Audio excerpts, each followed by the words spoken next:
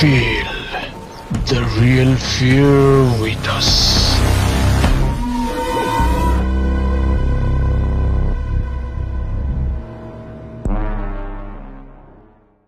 প্রিয় লিসেনার্স, আসসালামু আলাইকুম। Feel the real fear with us. সত্যিকার ভয়ের অনুভূতি পেতে আফনান দ্য হরর ওয়ার্ল্ডের সাথেই থাকুন। দেশ ও দেশের বাইরে যেখান থেকে আফনান দ্য হরর ওয়ার্ল্ডের আজকের শনির রাতের 53তম আয়োজনের সাথে যুক্ত হচ্ছেন বা পরবর্তীতে হবেন, সকলকে জানাচ্ছি শুভেচ্ছা ও ভালোবাসা। আশা করি সবাই ভালো আছেন, সুস্থ আছেন। প্রিয় লিসেনার্স, আজকের এই এপিসোডে আপনাদের পাঠানো দুটি ঘটনা নিয়ে হাজির হয়েছি। আশা করছি ঘটনা দুটি আপনাদের ভয়ের শিহরণ জাগাতে সক্ষম হবে ইনশাল্লাহ। আপনাদের জানা বা আপনাদের সাথে ঘটে যাওয়া সত্য ভয়ের ঘটনাগুলো আমাদেরকে লিখে বা রেকর্ড করে afnanthehourworld@gmail.com এই ইমেল অ্যাড্রেসে ইমেল করতে পারেন। ইমেল অ্যাড্রেসের স্পেলিংটা বলে দিচ্ছি, AFNANTHEHORRWORLDBD afnanthehourworld@gmail.com। স্পেলিংটাও আমরা আমাদের ভিডিও ডেসক্রিপশনে দিয়ে রেখেছি, সেখানে গিয়ে স্পেলিংটা চেক করে নিতে পারবেন। প্রিয় লিসেনার্স, এই ভিডিওর লাইক বাটন প্রেস করতে ভুলবেন না। ভিডিওর লিঙ্কটাও বেশি বেশি করে শেয়ার করে দেবার অনুরোধ করছি, যাতে করে যারা সত্য ভয়ের ঘটনা শুনতে ভালোবাসেন তাদের কাছে আফনান দ্য হরর ওয়ার্ল্ড পৌঁছাতে পারে। তাদের কাছ থেকেও আমরা অনেক ঘটনা সংগ্রহ করে আমাদের এই চলার পথটা যেন অনেকটা দূর নিয়ে যেতে পারি ইনশাল্লাহ। প্রিয় লিসেনার্স, আজকের এই এপিসোডের প্রথম ঘটনায় চলে যাব। চলুন শুনে আসি আজকের এপিসোডের প্রথম ঘটনা। স্বাগতম জানাচ্ছি প্রিয় লিসেনার্স আমাদের এবারে শনির রাতের 53তম আয়োজনের প্রথম ঘটনায়। এই ঘটনাটি আমাদেরকে যিনি পাঠিয়েছেন, ওনার নাম হৃদয়। ওনার বাড়ি নোয়াখালী জেলার সদর উপজেলার মাইজদি বাজারে, যেটা সুধারাম থানার অন্তর্গত। ঘটনাটি মূলত এই মাইজদি বাজারেই ঘটেছে। মাইজদি বাজারে টিভি সেন্টার রয়েছে, বাংলাদেশ টেলিভিশনের একটা উপকেন্দ্র। সেখানে বিশাল বড় টাওয়ার রয়েছে। তো এখান থেকে কাছাকাছি জায়গায় একটা বাগান রয়েছে, আর তার পাশে বাড়িঘর আছে। এই বাড়িঘরগুলোকে অনেকেই আবু বকরের বাড়ি বলে থাকেন, কেননা এই এলাকাটা বিস্তীর্ণ এলাকাতে একটা সময় অনেক হিন্দু পরিবার বসবাস করত। মুক্তিযুদ্ধের অনেক আগ থেকেই তারা আস্তে আস্তে যখন ভারতের দিকে চলে যাওয়া শুরু করে, মুক্তিযুদ্ধের পরে অনেকে চলে গেছেন, তখন আবু বকর নামে একজন ব্যক্তি এই বিস্তীর্ণ জায়গা কিনে নেন, ওই জঙ্গল বা আশেপাশে যেই জায়গাগুলো আছে আর কি। তো যার কারণে আবু বকরের বাড়ি নামেই এই জায়গাটা পরিচিত। ওখানে একটা সময় 3টা পুকুর ছিল, এখনও পুকুর আছে সেখানে। তো ওখানে যেই হিন্দু পরিবার বসবাস করতো তারা অনেক সম্ভ্রান্ত পরিবার ছিল, তাদের অনেক বড় বড় ব্যবসা ছিল। ওখানে আরও যে সমস্ত হিন্দু পরিবার থাকতো তাদেরও অবস্থা মোটামুটি ভালোই ছিল। এদের মধ্যে একজন, ওনারা নাকি স্বর্ণের ব্যবসা করতেন। অনেক স্বর্ণালঙ্কার ব্যবসার প্রয়োজনই তাদের কাছে থাকতো। এখন যেমন ব্যাংকে লকার সিস্টেম রয়েছে, তখন তো এই অঞ্চলগুলোতে ওভাবে লকারে রেখে ব্যবসা বাণিজ্য করাটা অনেক কঠিন ছিল। এই জন্য অনেক সময় তারা কি করতেন, বিভিন্ন জায়গায় তারা এই স্বর্ণালঙ্কারগুলো রেখে দিতেন তাদের প্রয়োজনে আর কি। ওনাদের নিজেদের নিরাপত্তা বজায় রেখে যেই জায়গাগুলোতে রাখা যায় সেই জায়গাগুলোতে ওনারা রাখতেন। পরবর্তীতে ওনারা যখন চলে যান, দেখা যাচ্ছে যে অনেক জায়গায় যে রেখেছেন এটা পরবর্তীতে শনাক্ত করাটা কঠিন হয়ে যায়। বিশেষ করে মাটির নিচে যদি কোথাও রাখা হয়, ঝড় বাদল ঝোপ জঙ্গল হয়ে গেলে সেখানে এক্স্যাক্ট জায়গাটা শনাক্ত করা মুশকিল হয়ে যায়। আর যেহেতু ওই সময় স্বর্ণের ব্যবসায়ী ওনারা করতেন, অনেক স্বর্ণ তাদের কাছে তো ছিল, তারা চলে যাওয়ার সময় অনেক স্বর্ণ নিয়ে গিয়েছিলেন। কিন্তু তারপরও বিভিন্ন জায়গায় তারা বিভিন্ন রকমভাবে স্বর্ণ রেখে দিয়ে গিয়েছিলেন। শোনা যায় তারা যে পুকুর খনন করেছিলেন, এই পুকুরের ভেতরেও স্বর্ণ রেখে দিয়েছিলেন। তো মানুষ কিন্তু ওখান থেকে বিভিন্ন সময় স্বর্ণের বিভিন্ন জিনিস পেয়েছে। ওই এলাকায় যারা আছেন তারা বিভিন্ন সময় সেখান থেকে এগুলো পেয়েছেন। দেখা গিয়েছে যে কলস পেয়েছেন, ছোট ছোট স্বর্ণের হার বা আংটি বা স্বর্ণের বার এরকমও পেয়েছেন, এমন মানুষও খুঁজে পাওয়া যাবে। তো মানুষ বুঝতে পেরেছিলেন যে এগুলো আসলে তাদেরই রেখে যাওয়া। কেউ কেউ বলেন যে না, এটা জিনেদের গুপ্তধন। মূল বিষয় যেটা, সেটা হচ্ছে যে ওনাদেরই সম্পদ এগুলো, ওনারা বিভিন্নভাবে রেখে দিয়ে গিয়েছিলেন আর কি, সেগুলো নিয়ে যেতে পারেননি। তো এই যে পুকুর, এখন যে একটা পুকুর, এই একটা পুকুরে বিভিন্ন ধরনের ভয়ের ঘটনা কিন্তু ঘটে। তবে এই ধরনের পুকুরগুলোতে দেখা যায় যে সারা বছর পানি থাকে, কখনো পানি শুকায় না, পাম্প লাগিয়েও বা সেচ দিয়েও পানি কমানো যায় না, কিন্তু এই পুকুরটা ব্যতিক্রম। এই পুকুরটা স্বাভাবিক পুকুরের মতোই, পানি কমে যায়, একদম কাদা হয়ে যায়, শুকিয়ে যায়, আবার বর্ষাকালে পানি হয়। তো ঘটনাটি মূলত যাদের সাথে ঘটেছিল তারা দুইজন, একজন খালা আর একজন ভাগিনা। খালার নাম হচ্ছে সখিনা, ভাগিনার নাম কামরুল। ঘটনার সময় 2011। শোনা যায় ওই পুকুর আর আশপাশের এলাকায় একটা ভয়ঙ্কর পিশাচ রয়েছে, অনেকেই দেখেছে। তো চলুন মূল ঘটনায় চলে যাই।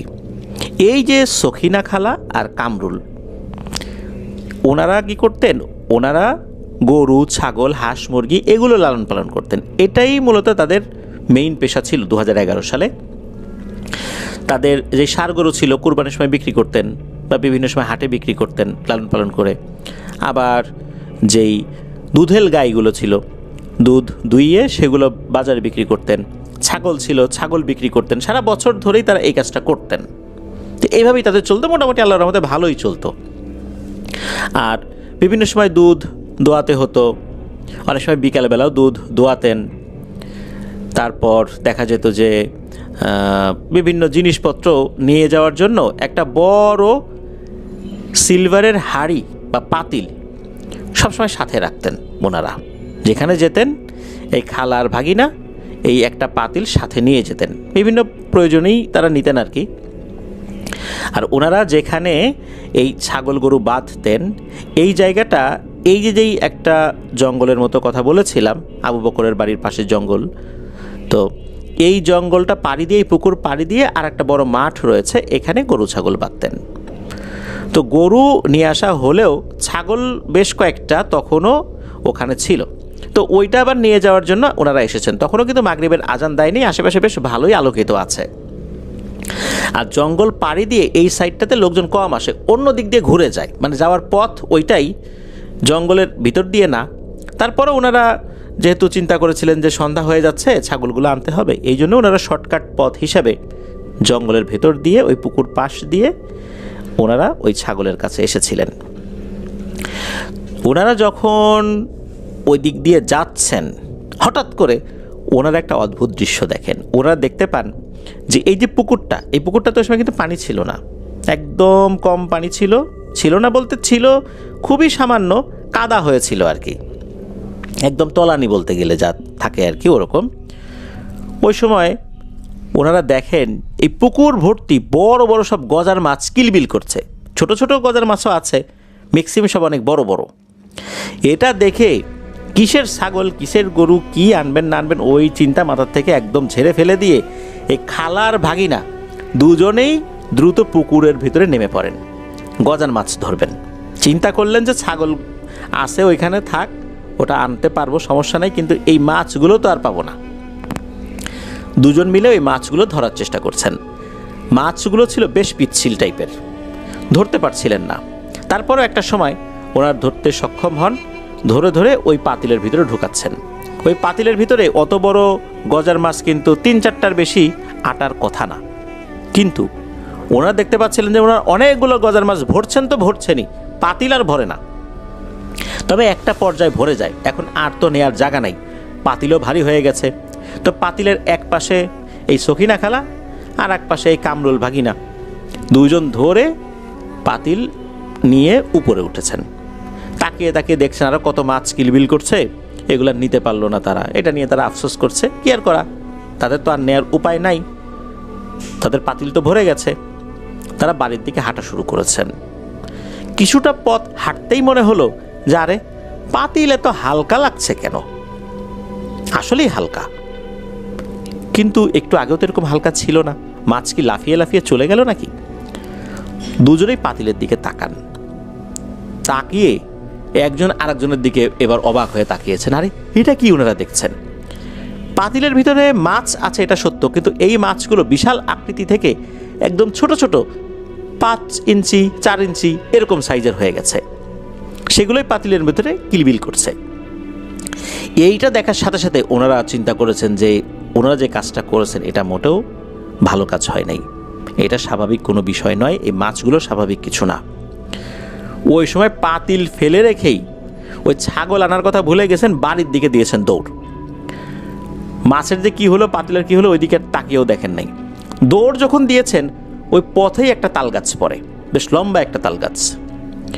তখন দুজনেই খেয়াল করছেন তাল গাছের মাথা থেকে বিশাল আকৃতির কী যেন একটা নেমে আসছে। অল্প সময়ের মধ্যেই জিনিসটা নেমে এসে তাদের পথের মাঝখানে সোজা হয়ে দাঁড়িয়ে যায়। তারা খেয়াল করলো এই জিনিসটা একদম কালো কুচকুচো, চেহারা বোঝা যাচ্ছে না ওভাবে, যদিও বা তখন চারদিকে মোটামুটি আলো ছিল, তখনও কিন্তু মাগরিবের আজান দেয়নি।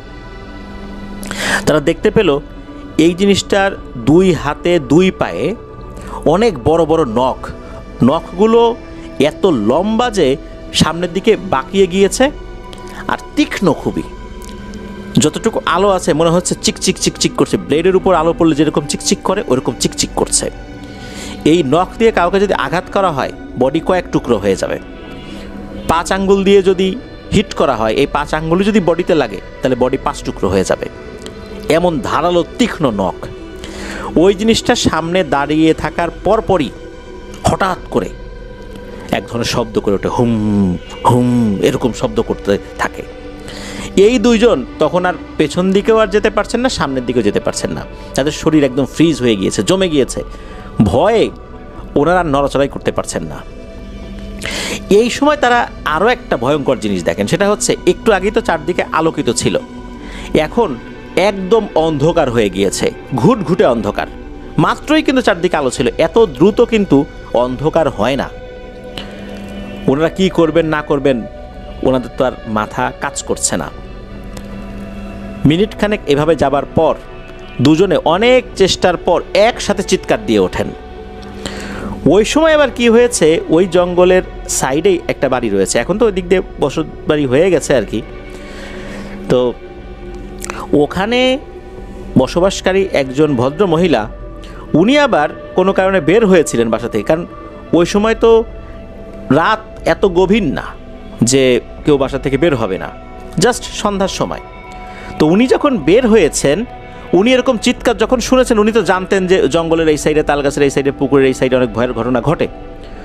উনি তো বুঝতে পারছেন যে কিছু একটা হয়েছে। আর ওই অঞ্চলের মহিলারা নাকি বেশ সাহসী। উনি দূর থেকে বলছেন, এই কে রে, দাঁড়া, আমি আসতেছি, ভয় পাস না। এই বলে উনি যখন কিছুটা পথ এগিয়েছেন, আগানোর পর উনি দূর থেকে দেখেন এক ভয়ঙ্কর দৃশ্য। উনিও দেখেন ওই তাল গাছের ওখানে ভয়ঙ্কর একটা লম্বা অবয়ব দাঁড়িয়ে আছে, যার চেহারা উনি পেছন থেকে দেখতে না পারলেও ওইটার হাতে পায়ে যে বড় বড় নখ রয়েছে এটা উনি দেখতে পেরেছেন। এইটা দেখে উনিও প্রচণ্ড জোরে এক চিৎকার দিয়েছেন। ওই সময় ওনার ঘরে ছিল ছেলে, ওনার ছেলে মনে করেছে চোর বা ডাকাত। সে বিশাল বড় একটা রড নিয়ে বের হয়েছে আর চিৎকার করছে, এই চোর চোর চোর, কে কোথায় আসো, বের হয়ে আসো।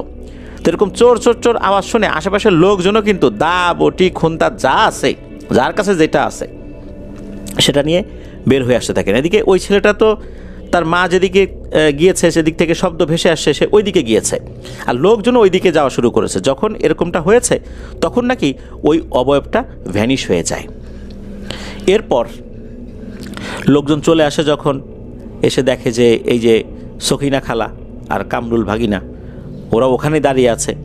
এদিকে এই 3 জনই যে বর্ণনাটা দিয়েছে সেটা সবাই শুনেছে, যে পরবর্তী যে মহিলাটা উনি পেছন থেকে কি দেখেছেন আর ওরা কি করেছে সেটাও তো আসলে সবাই জানলো। পুকুরে তখন কিন্তু কোনো মাছের অস্তিত্বই ছিল না।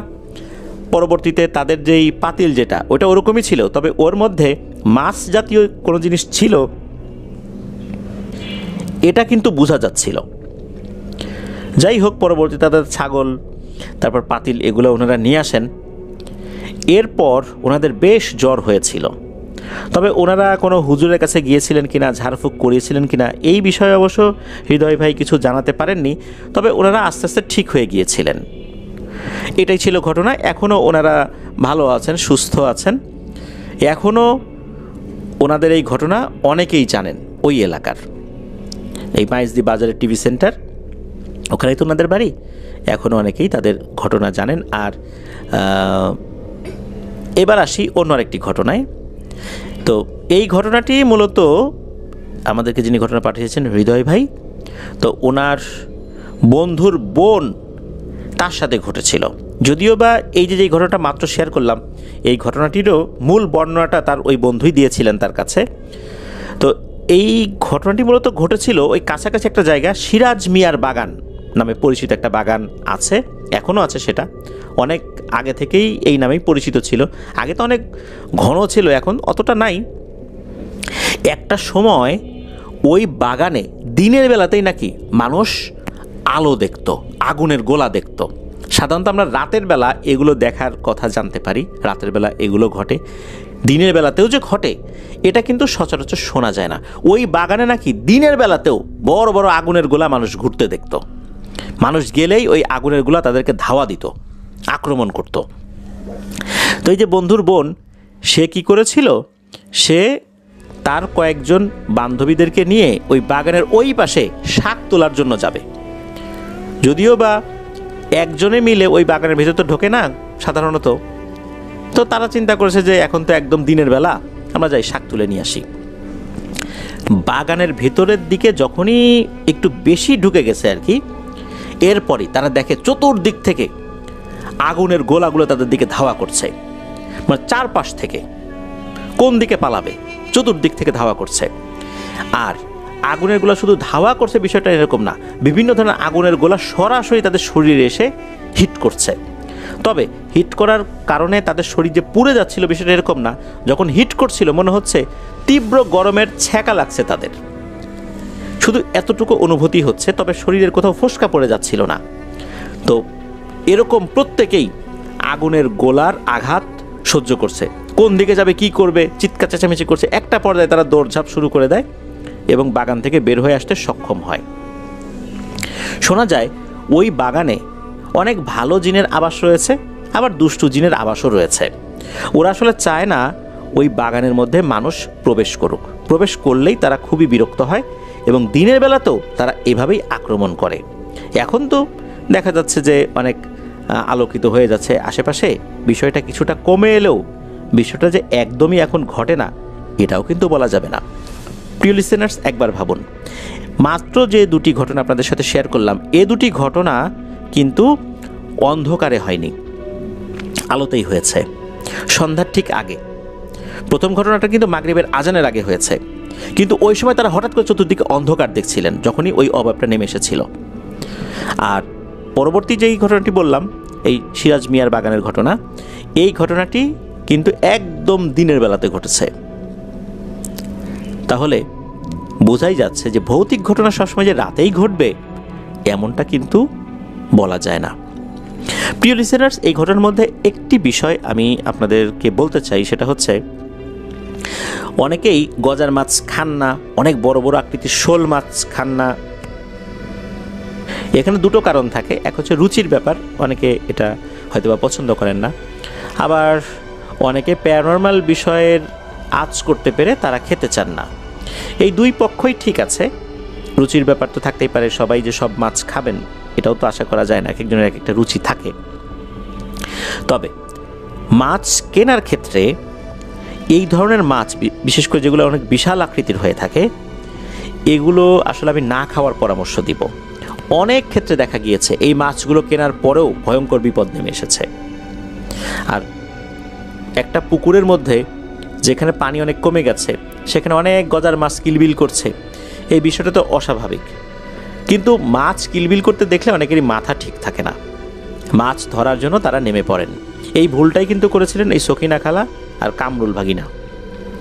এই কারণে তাদের এরকম ভয়ঙ্কর অভিজ্ঞতার মুখোমুখি হতে হয়েছিল। যদি তারা মাছ বাড়ি পর্যন্ত নিয়ে যেতে সক্ষম হতেন আর ওই মাছ যদি ওনারা রান্না করে খেতেন তাহলে কি পরিণতি হতো এটা তো আমরা সবাই বুঝতে পারছি। যাক, আল্লাহর রহমতে ওনাদের সুস্থ হয়ে গেছেন, এটাই সবচেয়ে বড় ব্যাপার। আর এই যে সিরাজ মিয়ার বাগানের যে ঘটনা বললাম, এই ঘটনার পরে ওনারা যে অনেক অসুস্থ হয়েছিলেন বিষয়টা এরকম না, এমনি হালকা পাতলা ঝাড়ফুঁক করিয়েছিলেন। তো এটাই ছিল ঘটনা। ধন্যবাদ জানাচ্ছি হৃদয় ভাইকে ওনার পাঠানো ঘটনার জন্য। উনি জানিয়েছেন ওনার সংগ্রহে আরও ঘটনা আছে, পর্যায়ক্রমে সেগুলো পাঠাবেন ইনশাল্লাহ। আমরা অপেক্ষায় থাকবো।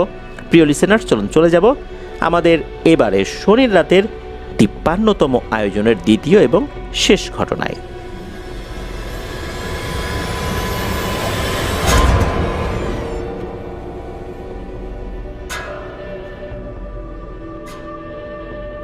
আবারও স্বাগতম জানাচ্ছি প্রিয় লিসেনার্স আমাদের শনির রাতের 53তম আয়োজনের দ্বিতীয় এবং শেষ ঘটনায়। এখন যে ঘটনাটি আপনাদের সাথে শেয়ার করব, এই ঘটনাটি আমাদেরকে যিনি পাঠিয়েছেন তার নাম হাসান। ওনার বাড়ি চট্টগ্রামের অক্সিজেন এলাকায়। উনি চট্টগ্রামের একটি স্বনামধন্য হসপিটালে কর্মরত রয়েছেন। এই ঘটনাটি ওনার নিজের সাথেই ঘটে যাওয়া এক রোমহর্ষক ঘটনা। এই ঘটনার ভয়াবহতার ফলে সৃষ্ট সমস্যা উনি এখনও বয়ে বেড়াচ্ছেন বলে জানিয়েছেন। তো চলুন মূল ঘটনায় চলে যাই। ঘটনাটির সময়কাল মাত্র 3-4 মাস আগের এক রাতে। ওনাকে মাঝে মাঝে একটা দায়িত্ব পালন করতে হয়। শুধু ওনাকে না, ওনার মতো পদে যারা রয়েছেন এরকম বেশ কয়েকজনকে এই দায়িত্বটা পালন করতে হয়। তা হচ্ছে ডেথ কেয়ারে দায়িত্ব পালন করা। ডেথ কেয়ার জিনিসটা কি? কোনো লাশের যদি ড্রেসিং করাতে হয় সেক্ষেত্রে ডেথ কেয়ারে এটা করা হয়। ড্রেসিং অর্থ লাশের কোথাও কোনো কাটাছেঁড়া রয়েছে সেটাকে ড্রেসিং করে ব্যান্ডেজ করে দেয়া, জাস্ট এতটুকুই। কোনো জীবিত রোগীর ক্ষেত্রে কাজটা যতটা সহজ, মৃত রোগীর ক্ষেত্রে কাজটা কিন্তু মোটেও এত সহজ নয়, অনেক সাহসের প্রয়োজন পড়ে। পুরুষ লাশের ক্ষেত্রে কিন্তু পুরুষ লোক রয়েছে, মহিলা লাশের ক্ষেত্রে মহিলারা রয়েছেন, তারা এভাবেই কাজটি করে থাকেন। তবে কখনো যে ব্যতিক্রম হয় না তা কিন্তু না। তীব্র লোকবল সংকটের কারণে কখনো কখনো এটার ব্যতিক্রম হয়ে যায়। এক রাতে স্ট্রোক করা একজন রোগী মারা যান, যিনি চিকিৎসাধীন ছিলেন সেখানে। মারা যাবার পর তাকে কিছুটা ড্রেসিং করাতে হবে, বিশেষ করে মাথার দিকে ড্রেসিং করাতে হবে। উনি যেহেতু একজন মহিলা ছিলেন তাই স্বাভাবিকভাবেই কোনো মহিলা নার্স বা স্টাফের উপর এই দায়িত্বটা পড়ে। কিন্তু দেখা গেল যে এই কাজে কাউকে খুঁজে পাওয়া যাচ্ছে না, আর যারা ছিলেন তারা ইমার্জেন্সি অন্য আরেকটা জায়গায় ডিউটিতে রয়েছেন আর কি। এখন কে এই কাজ করবে? যেহেতু মাথার দিকে ড্রেসিং, তো এই কারণে এই দায়িত্বটা কর্তৃপক্ষ দিয়ে দিলেন এই হাসান ভাইয়ের উপরে। হাসান ভাই নির্দিষ্ট স্থান থেকে লাশটি বুঝে নিলেন। লাশের উপরে একটি বেড কভার ছিল, অর্থাৎ বিছানার চাদর দেয়া ছিল। এই বিছানার চাদরটা অবশ্য লাশের যারা আত্মীয় স্বজন তারাই এনেছিলেন। একটা স্ট্রেচারে লাশটা তুলে দেওয়া হলো। এরপর ওনাকে এটা দিয়ে দেওয়া হলো যে যাও তুমি ডেথ কেয়ারে নিয়ে যাও, এরপর তুমি ডেথ কেয়ারে এই লাশের ড্রেসিং করবা। ডেথ কেয়ারে লাশের ড্রেসিংগুলো সম্পন্ন করা হয়। উনি স্ট্রেচার ঠেলতে ঠেলতে ডেথ কেয়ারের দিকে লাশটিকে নিয়ে যাচ্ছেন। যে পথ দিয়ে নিয়ে যাচ্ছেন ওই পথে উনি একাই ছিলেন, তবে দূরে দূরে লোকজনদেরকে হাঁটাচলা করা দেখছিলেন। উনি যখন নিয়ে যাচ্ছিলেন তখন স্ট্রেচারের পেছন দিকে উনি দাঁড়ানো ছিলেন, পেছন থেকে ঠেলতে ঠেলতে উনি নিয়ে যাচ্ছেন। উনি যখন নিয়ে যাচ্ছিলেন এবং ডেথ কেয়ারের কাছাকাছি চলে এসেছেন, ঠিক তখনই ওনার কাছে মনে হলো ওনার শরীর অনেকটা ভারী হয়ে যাচ্ছে, ওনার পা চলতে চাইছে না, মাথাটা কেমন যেন ঝিমঝিম ঝিমঝিম করছে। উনি যেহেতু সামনের দিকে এগোতে খুব কষ্ট পাচ্ছিলেন, উনি চিন্তা করলেন শরীরটা একটু সামনের দিকে ঝুঁকিয়ে এরপর স্ট্রেচারটা ঠেলি, তাহলে সামনের দিকে অনেকটা সহজেই নিয়ে যেতে পারবো। ওই চিন্তা করে শরীরটাকে একটু ঝুঁকিয়ে যখন স্ট্রেচারটি ঠেলে উনি নিয়ে যাচ্ছিলেন, হঠাৎ করেই ওই লাশের ডান পা ওনার মাথায় কোনোভাবে টাচ লাগে। যখনই টাচ লেগেছে সাথে সাথে ওনার কাছে মনে হয় শরীরে বিদ্যুতের এক চমক খেলে গিয়েছে, ইলেকট্রিক শক খেলে যেমনটা হয় মনে হলো এমনটা হয়েছে। আর ওই সময় ওনার ডান পা মারাত্মক ব্যথা শুরু করে, এত ব্যথা যে উনি আর আগাতেই পারছেন না। একটু আগে তো শরীর ভার হয়ে গিয়েছিল, এখন ডান পায়ে প্রচণ্ড ব্যথা। এরপরও উনি অনেক কষ্টে ডেথ কেয়ারে চলে আসেন। ডেথ কেয়ারে আসার পরপরই উনি যখন ওই লাশের উপর থেকে বেডশিটটা সরিয়েছেন তখনই ওনার কাছে মনে হলো ওনার কানে কেউ ফিসফিস করে বলল, ড্রেসিং করাবি না। প্রথমে একবার শোনার পর ওনার কাছে মনে হলো এটা মনের ভুল। দ্বিতীয়বার উনি আবারও সেম কথা শুনলেন, ড্রেসিং করাবি না। এবারও উনি বিষয়টা মনের ভুলই ভাবলেন। তৃতীয়বার উনি শুনতে পেলেন, ড্রেসিং করাবি না। 3 বার শোনার পরেও উনি এই বিষয়টাকে ওভাবে গুরুত্ব দিলেন না। আসলে গুরুত্ব দেওয়ার সুযোগও নাই, কাজটা তো ওনাকে করতেই হবে। উনি খুবই দ্রুততার সাথে মাথায় ড্রেসিংটা কমপ্লিট করে আবার উনি স্ট্রেচারটা নিয়ে বাইরে বের হয়ে গেলেন। বাইরে যখন বের হয়ে নির্দিষ্ট জায়গায় উনি এসেছেন, এতটুকু আসতে তেমন কোনো সমস্যা হয়নি, কিন্তু শরীরটা যে ভারী হয়ে আছে এতটুকুই। উনি যখন আসলেন, আসার পর জানতে পারলেন লাশটা এখন এই লাশের আত্মীয় স্বজন গ্রহণ করবেন না, কেননা লক্ষাধিক টাকা বিল এখনও বকেয়া রয়েছে। তারা জানিয়েছেন যে লাশটা তারা সকালবেলা নেবেন। কি আর করা, এই লাশটা এখন কিন্তু রেখে আসতে হবে মর্গে, বডি হোল্ডিং যেই জায়গাটা রয়েছে সেখানে, যেখানে বডিগুলো রাখা হয়, সেখানে অনেকগুলো ছোট ছোট ফ্রিজিং রুম রয়েছে। ফ্রিজিং রুম বলতে এক ধরনের বক্স, এই বক্সের মধ্যে ডেড বডিগুলো রাখা হয়। রুমটাও কিন্তু ঠান্ডা, আর ওই যে বক্সগুলো সেগুলো তো আরও ঠান্ডা, সেখানে ডেড বডি রাখা হবে। কে নিয়ে যাবে? নিতে হবে এই হাসান ভাইকেই। কি আর করা, উনি রওনা দিলেন সেই স্ট্রেচারটা নিয়ে ওই মর্গের দিকে। তখন অবশ্য ওনার পায়ের ব্যথা কিছুটা কমে এসেছে। উনি মর্গের দিকে যতটা এগিয়ে যাচ্ছিলেন, এবার মনে হচ্ছে শরীরটা যতটুকু হালকা হয়েছিল এই অল্প সময়ের মধ্যে আবার শরীরটা ভারী হয়ে যাচ্ছে। উনি আস্তে আস্তে মর্গে ঢুকে গেলেন। মর্গে ঢোকার পর উনি একটা নির্দিষ্ট বক্সে ওই ডেড বডিটা তুলে দিলেন। এরপর উনি যে কাজটি করলেন সেটা হলো লাশের উপরে থাকা যেই বেডশিটটা ছিল এটা ভাঁজ করলেন, ভাঁজ করে ছোট করে ফেললেন। তারপর উনি এই বেডশিটটা ওই লাশের বুকের উপরে রেখে দিলেন, কেননা সকালবেলা যখন এই ডেড বডিটা এখান থেকে বের করা হবে, ডেড বডিটা তো ঢেকে রাখতে হবে, এই বেডশিটটা দিয়েই উনি ঢেকে রাখবেন এরকম চিন্তাটা করেছিলেন। এরপর উনি বের হয়ে এসেছেন। বের হয়ে আসার পর উনি ওনার ডিউটিতে চলে গেছেন। তখনও কিন্তু ওনার পায়ে ব্যথা করছিল, তবে সেটা কমে এসেছিল। যখন ভোর 4টার মতো বাজে, এমন সময় হসপিটালের একজন দায়িত্বশীল ব্যক্তি ওনাকে জানালেন যে আত্মীয় স্বজন চলে এসেছে, তারা হসপিটালের বিল সম্পূর্ণরূপে পরিশোধ করে দিয়েছে, তারা এখনই লাশটা নিয়ে যাবে। যদিও বা তাদের সকাল আসার কথা ছিল, তারা হয়তো বা দ্রুতই টাকা গুছিয়ে ফেলেছেন, এই জন্য এখনই নিয়ে যাবেন। যেহেতু লাশ নিয়ে যাবেন, লাশটা তো আবার নিয়ে আসতে হবে। এবারও কিন্তু হাসান ভাইকে গিয়েই সেই ডেড বডিটা আনতে হবে। উনি এবার সেই মর্গে চলে গেলেন, যেখানে উনি নিজেই ডেড বডিটা রেখেছিলেন। উনি যখনই মর্গে ঢুকেছেন, হঠাৎ করে ওনার কাছে মনে হলো ওনার মাথা এলোমেলো হয়ে গেছে, ওনার বডির উপর আর কোনো কন্ট্রোল নাই। উনি কি করছেন না করছেন মনে হচ্ছে আধো ঘুম আধো জাগ্রত অবস্থায় কিছু একটা করছেন। কি করছেন বুঝতে পারছেন না, তবে এতটুকু ওনার মনে আছে, উনি যখন ওই বক্সটা খুলেছিলেন তখন উনি দেখলেন ওই বক্সের ভেতরে যেই ডেড বডিটা উনি রেখেছিলেন, সেই ডেড বডির উপরে যেই বেডশিটটা উনি ভাঁজ করে রেখেছিলেন সুন্দর করে, এই বেডশিটটা বেশ এলোমেলো কুচিমুচি হয়ে আছে। মনে হচ্ছে কেউ এটা বের করে একদম একটা দলা করে কুচিমুচি করে ওখানে রেখে দিয়েছে। এটা দেখে তো উনি বেশ অবাক। এটা যে আধো ঘুম আধো জাগ্রত অবস্থায় দেখে এরকমটা মনে হয়েছিল তা কিন্তু না। এটা যখন উনি দেখেছিলেন তখনও মোটামুটি ওনার একটা সেন্স ছিল। এরপর ওনার মনে আছে উনি সেটা ভাঁজ করে আবার লাশের উপরে রেখেছিলেন, বডির উপরে। তারপর এটাকে আবার খুলে উনি আবার লাশের উপরে রেখে দিয়েছিলেন, কেন ওটা ভাঁজ করে রাখলে তো হবে না, লাশটাকে তো আবার নিয়ে যেতে হবে।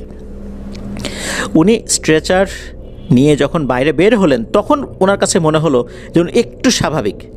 এতক্ষণ উনি আধো ঘুম আধো জাগ্রত অবস্থায় কাজটি করেছেন বলে ওনার কাছে মনে হলো।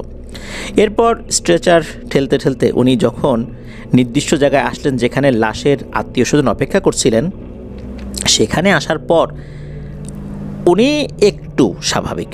তখন মোটামুটি মনে হলো যে উনি আর আধো ঘুম আধো জাগ্রত অবস্থায় নাই, পুরোপুরি নিজের নিয়ন্ত্রণে আছেন। লাশের একজন আত্মীয় উনি বলে উঠলেন যে লাশের মুখটা আমাদেরকে একটু দেখান না।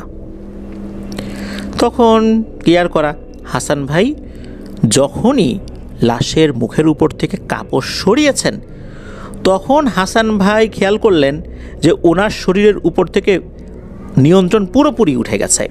উনি একদম ফ্রিজ হয়ে গিয়েছেন, উনি নড়তে পারছেন, একদম একটা মূর্তির মতো দাঁড়িয়ে আছেন। এমনকি উনি ওনার চোখের পলকও ফেলতে পারছেন না, জোর করেও পলক ফেলতে পারছেন না, এমন একটা অবস্থা।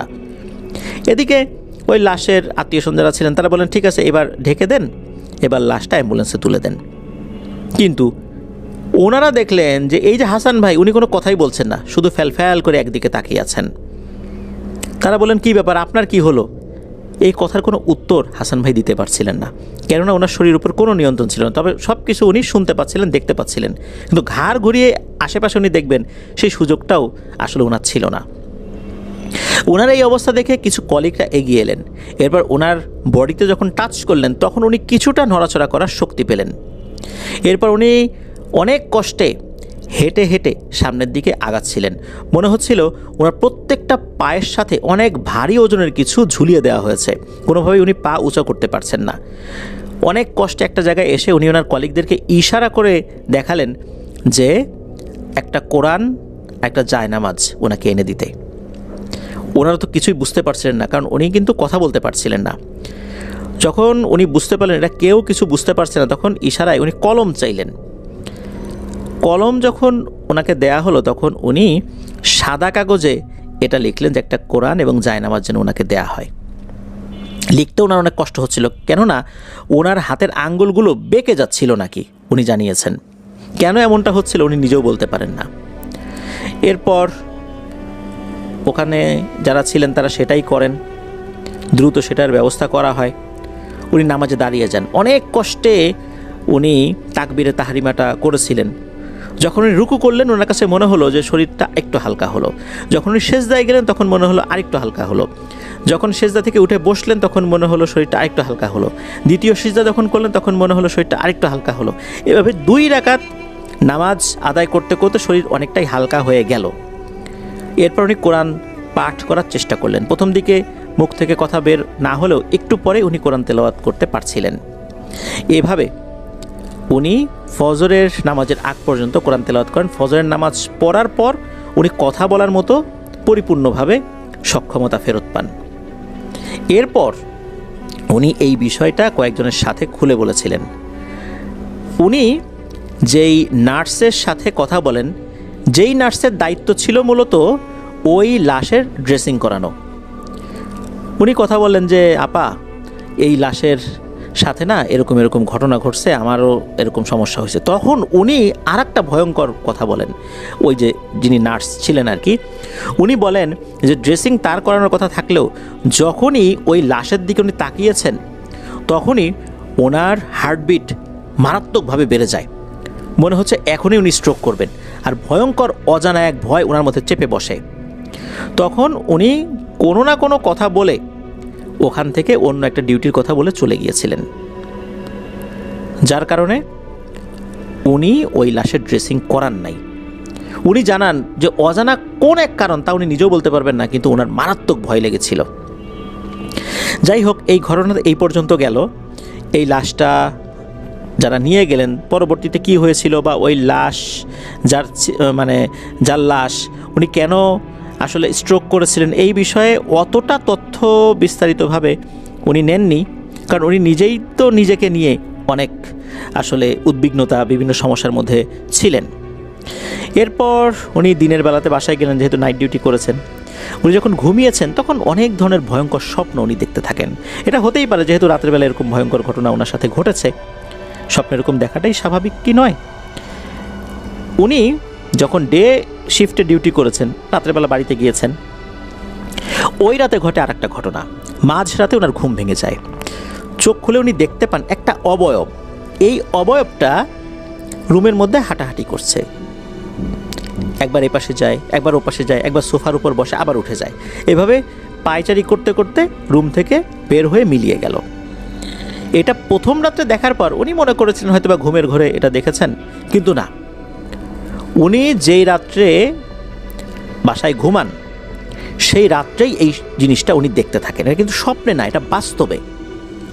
এরপর বুঝতে পারলেন উনি মারাত্মক একটা সমস্যার মধ্যে পড়ে গেছেন।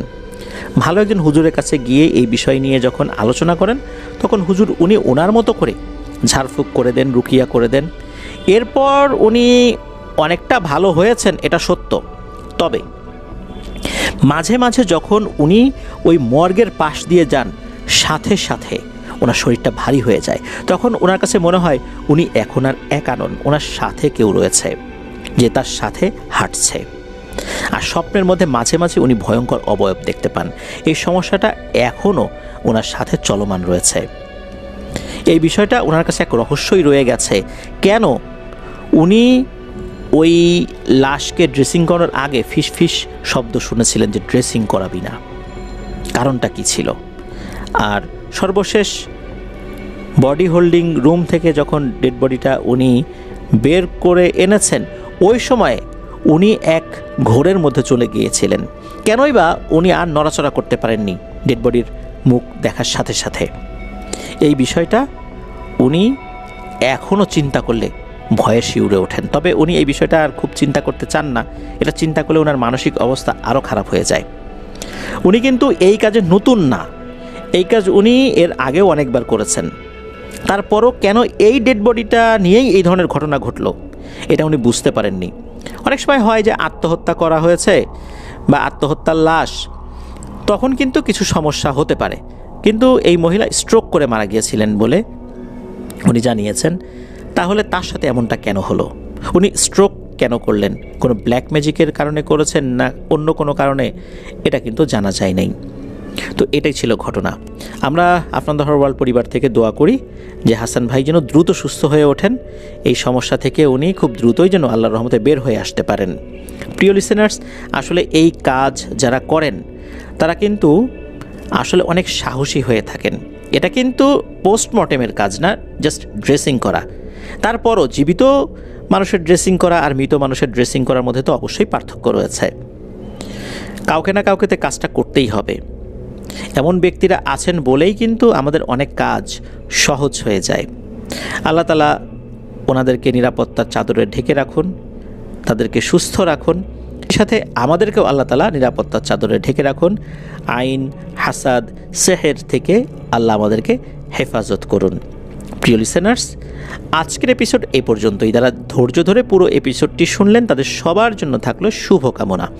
যারা ঘটনা পাঠিয়েছেন, হৃদয় ভাই এবং হাসান ভাই, আপনাদের দুজনের জন্য শুভকামনা রইল। আশা করি আপনাদের কাছ থেকে আরও অনেক অনেক ঘটনা পাবো। হাসান ভাই জানিয়েছেন ওনার হসপিটাল কেন্দ্রিকও অনেক ঘটনা রয়েছে, যেটা উনি পর্যায়ক্রমে ইনশাল্লাহ পাঠানোর চেষ্টা করবেন। প্রিয় লিসেনার্স, ঈদ উল ফিতর কিন্তু সমাগত। ঈদের স্পেশাল এপিসোড কিন্তু ইনশাল্লাহ 4ছে।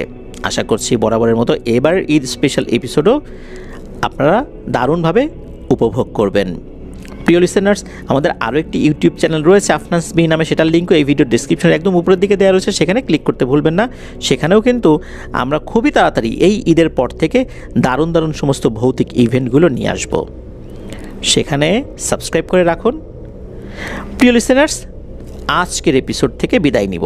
সবাই ভালো থাকবেন, সুস্থ থাকবেন, আমার জন্য দোয়া করবেন, আমার পরিবারের জন্য দোয়া করবেন, আপনাদের জন্য দোয়া রইল, আপনাদের পরিবারের প্রত্যেকের জন্য দোয়া রইল। মহান আল্লাহ সুবহানাহু ওয়া তাআলা আমাদেরকে ভালো রাখুন, সুস্থ রাখুন, নিরাপদে রাখুন, আপনার ওয়ার্ল্ডের সাথে রাখুন। আসসালামু আলাইকুম।